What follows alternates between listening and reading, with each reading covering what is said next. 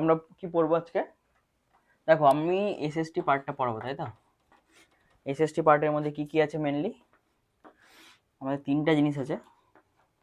History আছে, geography আছে, আর এটা কি আছে? পলিটি আছে। এই তিনটা পার্ট কিন্তু আমাদের আছে। সিলেবাস তোমাদেরকে আমি পাঠিয়ে দিচ্ছি, সিলেবাসে দেখবা প্রত্যেকটার কিন্তু ছোট না, বড় বড়ই কিন্তু পার্ট আছে, এমন না যে অল্প জিনিস আছে।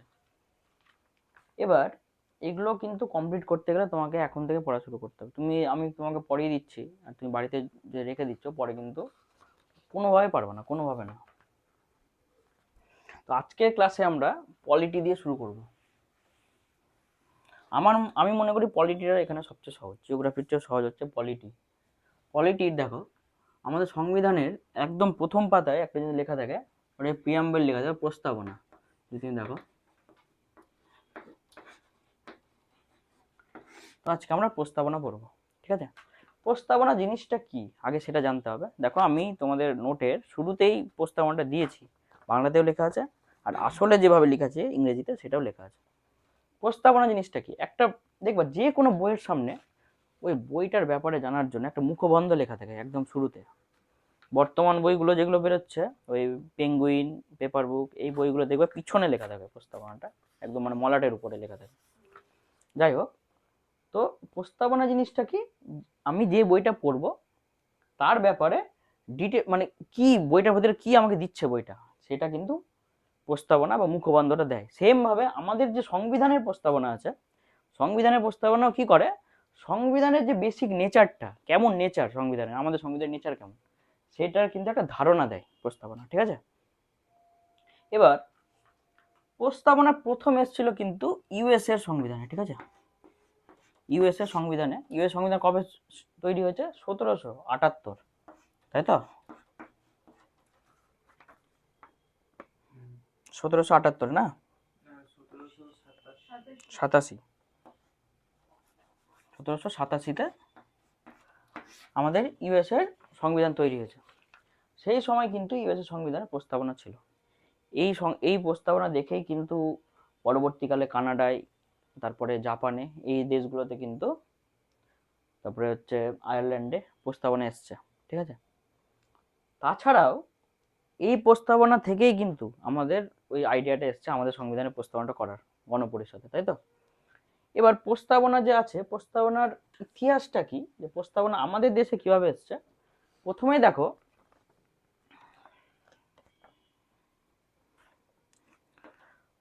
জওহরলাল নেহরু অবজেক্টিভ রেজলিউশন বলে একটা ইসে পাস করেছে, তাই তো? পেপার পাস করেছে কোথায়? গণপরিষদে। গণপরিষদ কি? গণপরিষদ হচ্ছে একটা কমিটি, যে কমিটিটা আমাদের সংবিধান তৈরি করেছিল, তাই তো? গণপরিষদের চেয়ারম্যান কে ছিল? ডক্টর রাজেন্দ্র প্রসাদ আমাদের গণপরিষদের চেয়ারম্যান ছিলেন, তাই তো? 1949-এ 26শে জানুয়ারি আমাদের কি হয়েছে? সংবিধান গ্রহণ হয়েছে, তাই তো? মানে গ্রহণ হয়নি, গণপরিষদ থেকে গোটা দেশের জন্য সমর্পণ করা হয়েছিল, তাই তো? 26শে জানুয়ারিতে। তার আগে জওহরলাল নেহরু কিন্তু এই 1946 সালে 13ই ডিসেম্বর কি করেছিল? অবজেক্টিভ রেজলিউশন, এটা পাস করেছিল গণপরিষদে। অবজেক্টিভ রেজলিউশনই কিন্তু আমাদের এই প্রস্তাবনাটার মূল। এই অবজেক্টিভ রেজলিউশনের ধারণা যেটা ছিল, অবজেক্টিভ রেজলিউশন মানে আমরা সংবিধান তৈরি করার জন্য কি কি অবজেক্টিভ নিব, মানে আমাদের সংবিধানে কি কি থাকবে, সেই জিনিসটা থেকেই কিন্তু প্রস্তাবনাটা তৈরি হয়েছে। এবার তুমি যদি তোমার নোটটায় দেখো, প্রস্তাবনা লেখা আছে শুরুতেই আমরা ভারতের নাগরিক, তাই তো? বা we the people of India, এভাবে শুরু হয়েছে। এবার দেখো প্রথম পার্ট যেটা আছে, দেখো we the people of India having solemnly dissolved, তাই তো, টু কনস্টিটিউট ইন্ডিয়া ইন্টু কি সোভারেন, তারপর হচ্ছে সোশ্যালিস্ট সেকুলার ডেমোক্রেটিক রিপাবলিক, বা তুমি যদি বাংলায় বলো ভারতকে একটি সার্বভৌম সমাজতান্ত্রিক ধর্মনিরপেক্ষ সাধারণতন্ত্র হিসাবে গড়ে তুলব।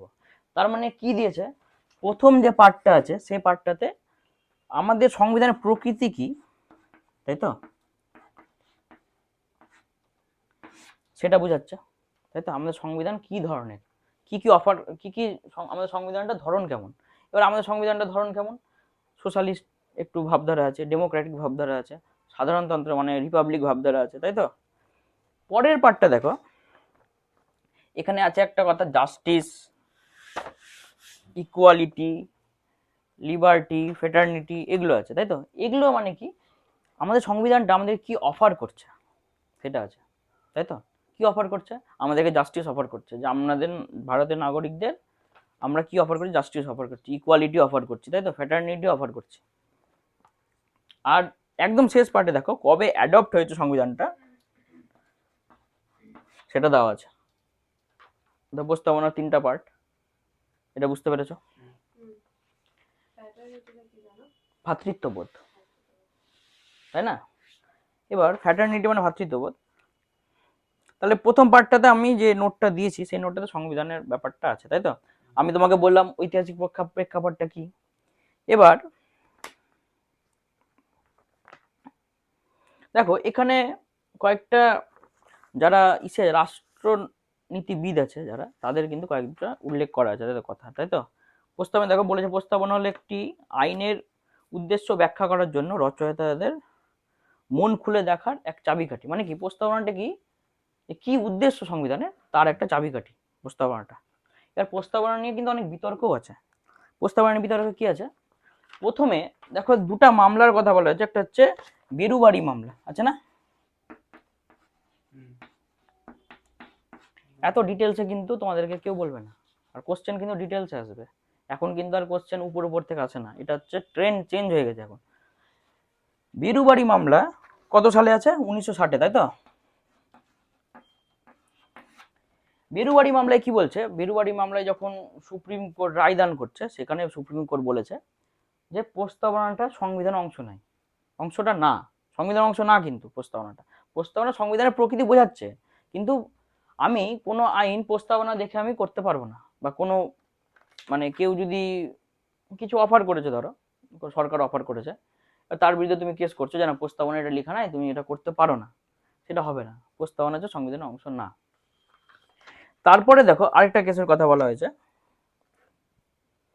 কি কেসের কথা বলা হচ্ছে, কেশবানন্দ ভারতী কেস, তাই তো। সবচেয়ে ইম্পর্টেন্ট যদি দেখো কয়েকটা কেসের মধ্যে কিন্তু এটা খুবই ইম্পর্টেন্ট কেস,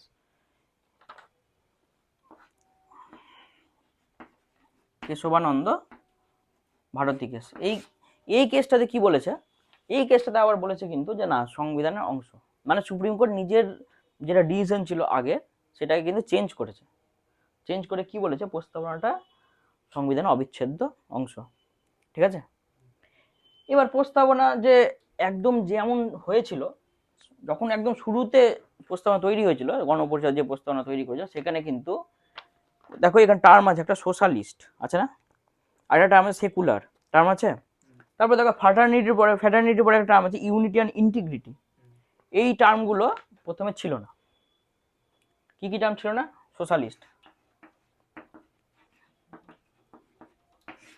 সেকুলার। কেন, যারা সংবিধান রচয়িতা তারা মনে করেছিল এগুলো মানে সেকুলারটা, সোশ্যালিস্টের কথা বলছি না আমি, সেকুলারটা সংবিধানের মধ্যে অন্তর্নিহিতই আছে, আলাদা করে সেকুলার পড়ার দরকার নেই, ওই জন্য সে সময় এই টার্মগুলো ছিল না। আরেকটা কি, ইন্টিগ্রিটি।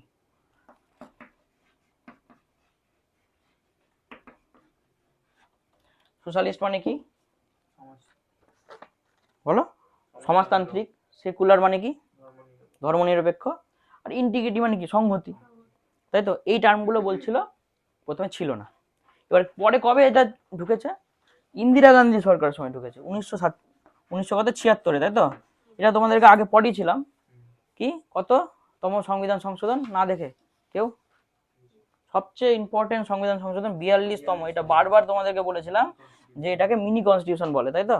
42তম সংবিধান সংশোধনে এই কটা কিন্তু অ্যাড করা হয়েছে, বুঝতে পেরেছো। এবার আমরা এক একটা টার্ম দেখি, তাই তো। প্রস্তাবনার প্রথমেই আমাদের কি আছে, শুরুতে আছে দেখো we the people of India, আছে না। এবার এমন না যে প্রস্তাবনা যে তৈরি হয়েছে তার সঙ্গে ক্রিটিসিজম হয়নি, ক্রিটিসিজম হয়েছে কিন্তু সবকিছু, ঠিক আছে।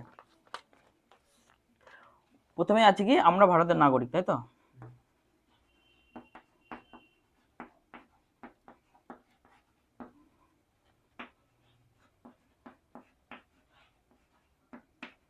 এটা মানে কি?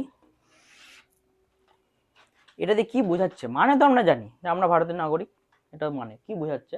অথরিটি বোঝাচ্ছে যে যে আমরা ভারতের নাগরিকরাই আমরা আমরা আমাদের যৌথভাবে আমাদের সংবিধানটা তৈরি করেছি। মানে আমরা যদি চাই, যেমন দেখো হিদায়াতুল্লাহ বলেছিলেন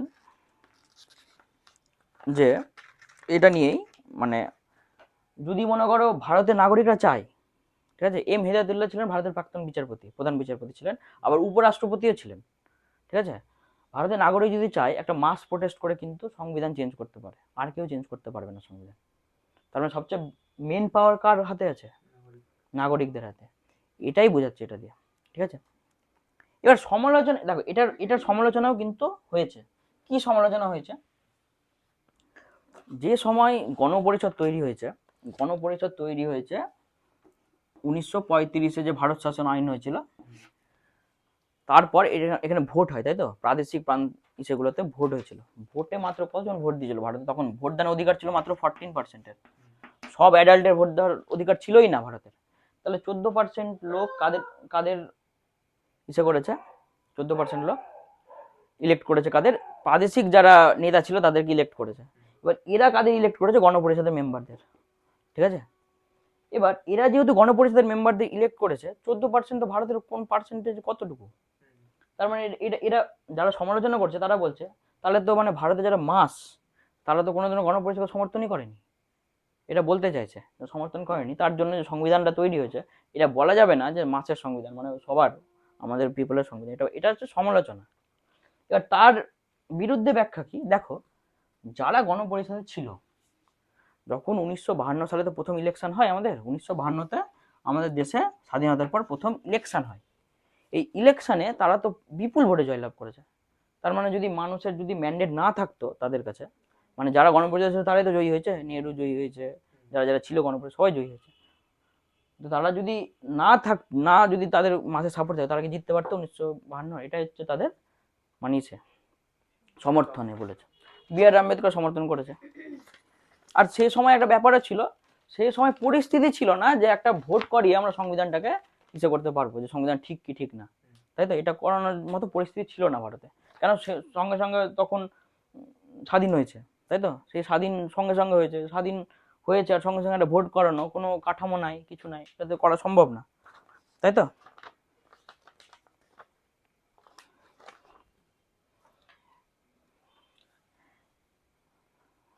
যে অধ্যাপক হোয়ার কিন্তু বলেছিল যে এটা ভারতীয়দেরই মানে সংবিধান, ঠিক আছে। যাই হোক, তারপরে মেন টার্ম কি? সার্বভৌম, তাই তো। সার্বভৌম, সার্বভৌম মানে কি বলো? সার্বভৌম দু রকমের হয়, একটা হচ্ছে ইন্টারনাল, একটা হচ্ছে আভ্যন্তরীণ, ঠিক আছে। আরেকটা কি বলো? বাহ্যিক। আভ্যন্তরীণ আর বাহ্যিক সার্বভৌম। হাই তুলছ, বলো কি আভ্যন্তরীণ সার্বভৌম আর বাহ্যিক সার্বভৌমত্ব কি? আভ্যন্তরীণ সার্বভৌমত্ব মানে কি বলো? না, আভ্যন্তরীণ বাইরের কোথা থেকে আসলো? আভ্যন্তরীণ মানে হচ্ছে দেশের মধ্যে আইনই সবচেয়ে উঁচুতে আছে। কোনো কেউ মানে কেউ দেশে এরকম নয় যে যার কথাতে আইন চেঞ্জ হয়ে যাবে, আছে কি? একজনের পাওয়ার আছে কি কারো? না, আইনই সবার চেয়ে উপরে। সেটা হচ্ছে আভ্যন্তরীণ সার্বভৌমতা, মানে আমাদের দেশের আইনই সবচেয়ে উপরে, তার উপরে কেউ নেই। আর বাহ্যিক সার্বভৌমতা কি? আমরা আমাদের যে ফরেন পলিসিগুলো আছে বা আমাদের ইন্টারনালও যেগুলো পলিসি আছে, ওটা আমরা নিজে থেকে নিচ্ছি ডিসিশন, বাইরে থেকে কেউ আমাদের ডিসিশন নিয়ে দিচ্ছে না কেউ। আমেরিকা অনেক চেষ্টা করলো ভারতকে ইসে করা, টেরিফ বসালো, ভারত কি করলো? তাও নিজের ইচ্ছাতে রাশিয়ার কাছে তেল কিনছে, তাই তো। তার মানে কি ভারত সার্বভৌম বলেই করতে পারছে, তাই তো। এবার এটা নিয়েও কিন্তু একটা সমালোচনা আছে। ভারত সে সময় যে সময় স্বাধীন হয়েছে, কমনওয়েলথের পার্ট হয়েছিল। কমনওয়েলথ,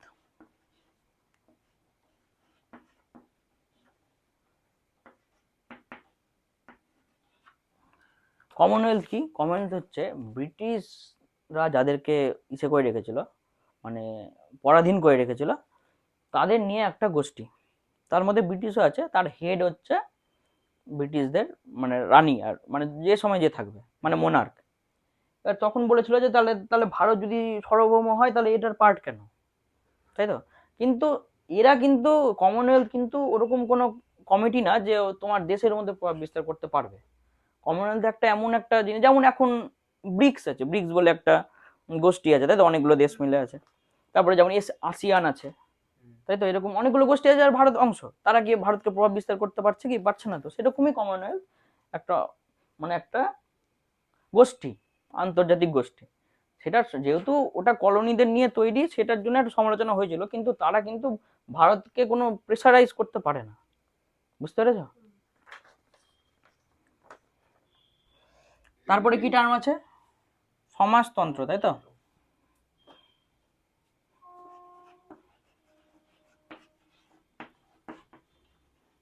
সমাজতন্ত্র মানে কি? ভারতে যা কিছু উৎপন্ন হবে, সমাজতন্ত্র মানে যে কোনো দেশে, একটা দেশ সমাজতান্ত্রিক দেশ তখনই হয় যখন দেশে যা উৎপন্ন হচ্ছে সেটা উৎপন্ন করবে হচ্ছে সরকার, আর দেশে যা ডিস্ট্রিবিউট হবে ডিস্ট্রিবিউটও সরকার করবে, আর সবাই হচ্ছে সমানভাবে পাবে। এটা হচ্ছে সমাজতন্ত্রের মেন অবজেক্টিভ। সমাজতান্ত্রিক যদি দেশ তুমি দেখো, তাহলে চায়নাকে বলতে পারো তুমি সমাজতন্ত্র, কারণ চায়নার মধ্যে সবকিছু কোনো প্রাইভেট বলে কিছু নাই, সবকিছু পাবলিক। পাবলিক মানে সব সরকারের আন্ডারে, এমনকি যদি সরকার আন্ডারে বলে ভুল হবে, পার্টির আন্ডারে, ওদের কমিউনিস্ট পার্টির আন্ডারে সব, জানো তো, ওদের দেশের কোনো কিছু নেই, সব পার্টির। যাই হোক, সেটা হচ্ছে সমাজতন্ত্র। এবার ভারতে কি সমাজতন্ত্র আছে? ভারতে সব কিছু পাবলিক? পাবলিক না। ভারতে কি হয়, যে সমাজতন্ত্র ইকোনমির পার্ট, মানে ইকোনমিকের দিক থেকে, তাহলে আমাদের ভারতে কি চলে, মিক্সড ইকোনমি, ঠিক আছে।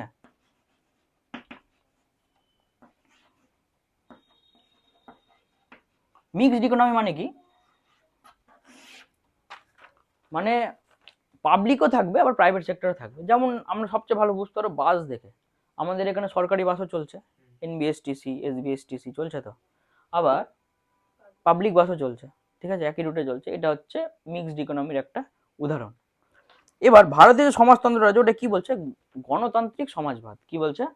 গণতান্ত্রিক সমাজবাদ।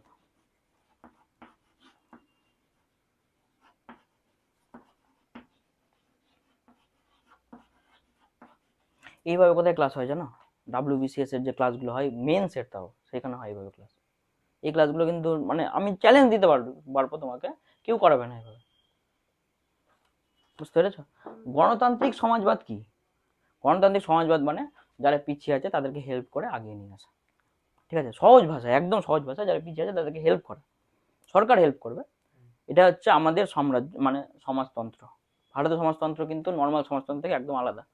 ভারতে হচ্ছে এটা ইনক্লুড করা হয়েছে, তার মানে এমন না যে সেই সময় একটা প্রেসার ছিল। যদি তুমি পলিটিক্সের দিক থেকে দেখো, সেই সময় ইন্দিরা গান্ধী সরকারের কাছে মেজরিটি ছিল না। কাদের কাছে মেজরিটি, কারা সমর্থন করেছিল? কমিউনিস্টরা, কমিউনিস্ট পার্টি সিপিএম তখন সরকারকে সমর্থন করেছিল। তো ওই জন্য কিছু কিছু সিপিএম টার্ম, যেমন সেকুলার, তারপর হচ্ছে সোশ্যালিস্ট, এই টার্মগুলো প্রেসারাইজ করা হয়েছিল ঢোকানোর জন্য। তো সেটা পরের ব্যাপার, সেটা পলিটিক্স আলাদা জিনিস। এর পরের টার্ম কি তাহলে? সেকুলার। সেকুলার মানে ধর্মনিরপেক্ষ,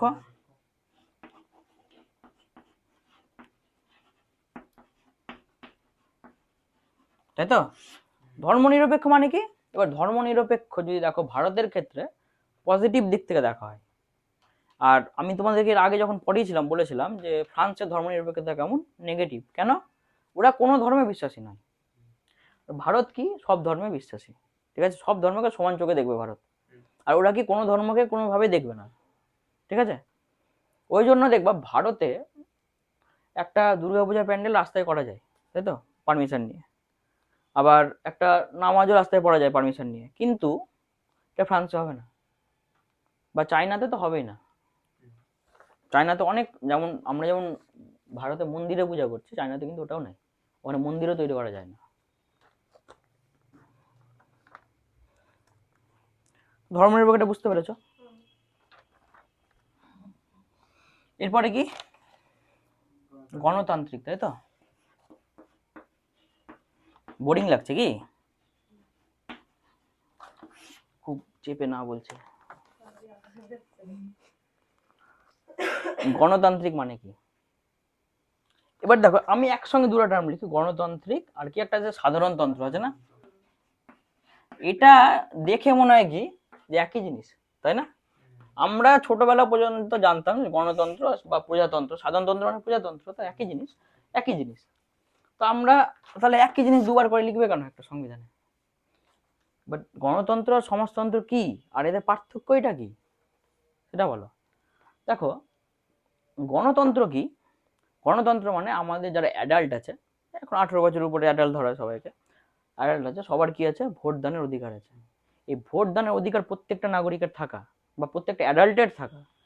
এরকম আছে কি ভারতে যে কোনো মহিলাদের ভোটদান নাই? এরকম কিন্তু আগে, এমনকি যে যে মানে পাশ্চাত্যের দেশগুলো আছে, ওয়েস্টের দেশগুলো, এদের মধ্যে ছিল আগে মহিলারা ভোট দিতে পারতো না। কিন্তু ভারত শুরু থেকেই কি আছে, সবাই ভোট দিতে পারে। কেউ এরকম আছে কি যে ভোট দানের অধিকার নাই কারো? এরকম তো নাই, যে নাগরিক সেই ভোট দিতে পারবে।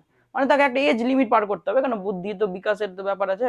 18 বছরে আমাদের কি অ্যাডোলেসেন্স পার হয়ে যায়, তো ওটা তখন আমরা ভোট দানের একটা ব্যাপার চলে আসে সে সময়। আগে 21 ছিল, পরে রাজীব গান্ধী সরকারের সময় ওটা কি হয়েছে, 18 হয়ে গেছে। কেন সে সময় রাজীব গান্ধী হচ্ছে পপুলার ছিল ইসেদের মধ্যে, ইউথদের মধ্যে, যে একটু ইয়াং ছিলেন। ওটা মনে হয়, আমার ঠিক মনে নাই, 52তম সংবিধান সংশোধন মনে হয়, এখন ঠিক না, ওটা আমার মনে নাই ঠিক মতো, ওটা দেখতে পারো তোমরা মোবাইলে।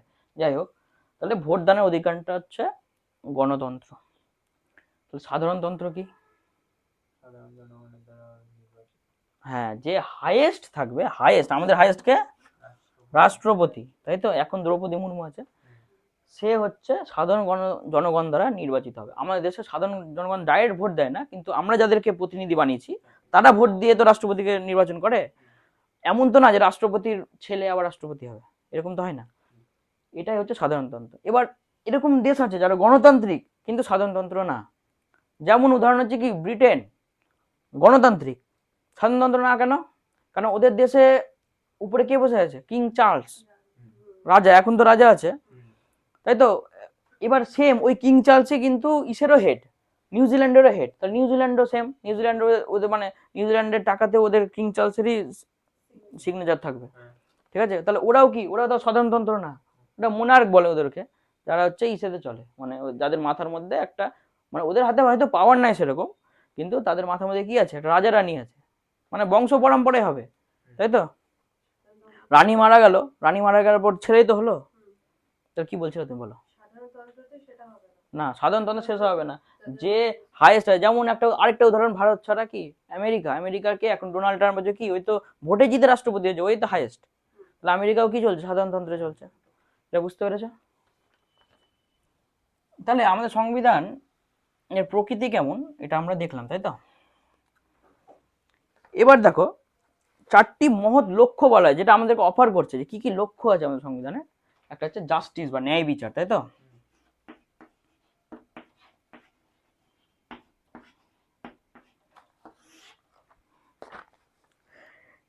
বাট জাস্টিস কি কি জাস্টিস দিবে, এটা তোমাদেরকে আগে বলেছিলাম আমি, একটা সামাজিক জাস্টিস দিবে, তাই তো? সামাজিক, আর কি দিবে, অর্থনৈতিক, আর একটা রাজনৈতিক, তাই তো?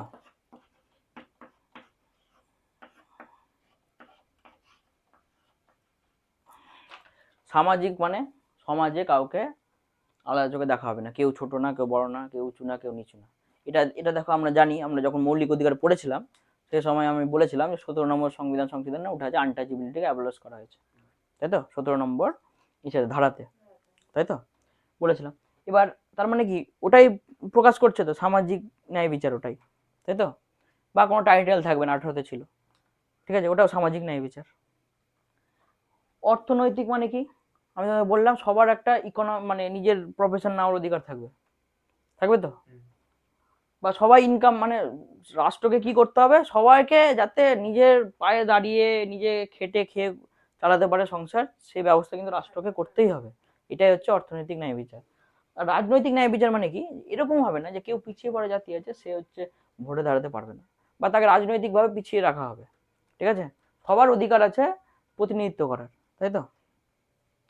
রাজনৈতিক ন্যায় বিচার, রাজনৈতিক ন্যায় বিচার যেমন আমাদের, তুমি দেখো যে আমাদের, আমরা যে মালদায় থাকছি, মালদা উত্তর যে সিটটা আছে ওখানে হচ্ছে সংরক্ষণ থাকে সিটে, কাদের, এসটিদের জন্য, তাই তো? সংরক্ষণ থাকে, কেন থাকে?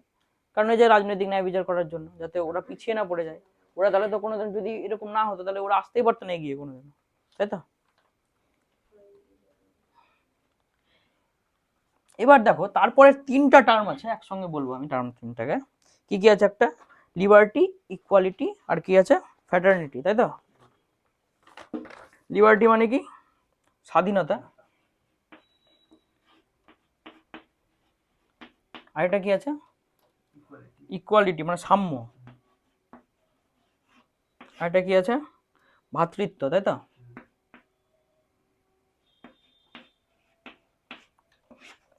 এই 3টার টার্ম আছে, এটাকে একসঙ্গে ত্রয়ী বলা হয়। কেন? একটা না থাকলে আরেকটা হবে না। এবার দেখো স্বাধীনতা যে আছে, স্বাধীনতা, এটা কি স্বাধীনতা? দেখো ওখানে প্রস্তাবে লেখা আছে কিন্তু চিন্তা, মত প্রকাশ, বিশ্বাস, ধর্ম, উপাসনা করা স্বাধীনতা। মানে আমরা নিজেরা ফ্রিলি চিন্তা করতে পারবো, তারপরে কি করতে পারবো? ফ্রিলি মত, আমাদের নিজের মত প্রকাশ করতে পারবো ফ্রিলি, তাই তো? তারপরে কি আছে? নিজেদের বিশ্বাস, মানে আমরা কিছুতে বিশ্বাস করি এটা নিজে রাখতে পারবো আমরা। এরকম না যে আমাদেরকে স্টেট ফোর্স করবে যে না আমি এটা বিশ্বাস রাখতে পারবো না, বা এই ধর্ম মানতে পারবো না, বা আমি এই উপাসনা পদ্ধতি গ্রহণ করতে পারবো না। হিন্দুদের মধ্যে তো কতটি উপাসনা পদ্ধতি আছে, অনেকগুলো, সবাই নিজের মতো করছে। তার কি করে স্বাধীনতা দিয়েছে আমাদের, এটা প্রস্তাবনায় বলছে, তাই তো? আমরা জানি 19 থেকে 22তম সংবিধান কি স্বাধীনতার অধিকার, ইসেতে মৌলিক অধিকারে, ওটা এটাই বোঝাচ্ছে, স্বাধীনতাটাই বোঝাচ্ছে। আবার দেখো 25 থেকে 28, ওটা কি ছিল? ধর্মীয় স্বাধীনতার অধিকার, ওটাও স্বাধীনতাই দিচ্ছে আমাদেরকে, তাই তো? সাম্য কি? সাম্য মানে ইকুয়ালিটি, 14 থেকে 18 নম্বর ধারায় ছিল সাম্যের অধিকার, বলো তো? সাম্য মানে কি? সবাইকে সমান চোখে দেখা, তাই তো? কেউ উঁচু না। আবার সাম্য মানে শুধু এমন না যে সবাইকে সমান ট্রিট করা মানে সাম্য না কিন্তু। এবার সবাইকে সমান করার জন্য আমাদের কি করতে হয়? যারা পিছিয়ে আছে তাদেরকে এক্সট্রা পুশ দিতে হয়, যেটা আরো কি বলে ওটাকে, কি দিচ্ছে আমরা? সংরক্ষণ, তাই তো? ইকুইটি করার জন্য, ওটাও কিন্তু সাম্যের মধ্যেই পড়ছে। আর ভ্রাতৃত্ব কি? ভ্রাতৃত্ব মানে হচ্ছে একে অপর, দেখো ভ্রাতৃত্ব মানে হচ্ছে দেশের সবাই একে অপরের সঙ্গে কি ভালো ব্যবহার রাখবে, ভ্রাতৃত্বপূর্ণ আচরণ রাখবে। তাহলে কি হবে? তাহলে আমাদের দেশ, এই যে এখানে দেখো, যদি তুমি প্রথম পাতায় আবার চলে যাও, তাহলে কি হবে? এই যে ভ্রাতৃত্ববোধ, ওই ঐক্য সংহতি সুনিশ্চিত হবে তাহলে। এবার দেখো একটা জিনিস ভালোভাবে লক্ষ্য করো, যদি সমাজে এরকম হয় যে সাম্য নাই, তাহলে কি ভ্রাতৃত্ব আসবে? দুজন সমানই না, তাহলে তো ভ্রাতৃত্ব আসবেই না। ওই ওকে হিংসা করবে যে তুই আমার, তুই এগিয়ে আছে, আমি কোনো ইসেই পাচ্ছি না, সাহায্যই পাচ্ছি না, ওই ওর উপর অত্যাচার করবে, ভ্রাতৃত্ব আসতেই পারে না। সেম ভাবে যদি স্বাধীনতা না থাকে তাও ভ্রাতৃত্ব আসতে পারবে না, স্বাধীনতা না থাকলে সাম্যও আসতে পারে। তার মানে কি এই তিনটা কি একে অপরের সঙ্গে ইন্টার রিলেটেড। এই তিনটাকে কিন্তু থাকতে গেলে একসঙ্গে থাকতে হবে, আলাদাভাবে থাকাই যাবে না। এই তিনটা থাকবেই, এরা তিনটা যদি থাকে একসঙ্গেই থাকবে, ঠিক আছে? মানে কোনোটাকে আলাদা করে কল্পনা করা যায় না, ওই জন্য এদেরকে ত্রয়ী বলে, ঠিক আছে? একসঙ্গে আছে।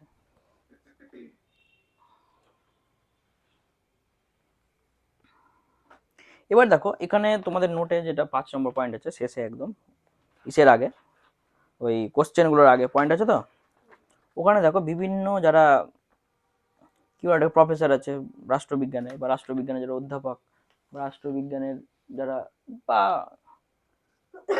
যারা ওটা নিয়ে চর্চা করে, তাই তো? তাদের কিছু মতামত আছে, তাই তো? তো সেগুলো তোমরা দেখবে, ওটা আমি আর বলছি না আলাদা করে। তাহলে আজকে এইটুকুই, এই কোশ্চেনগুলো প্র্যাকটিস করো।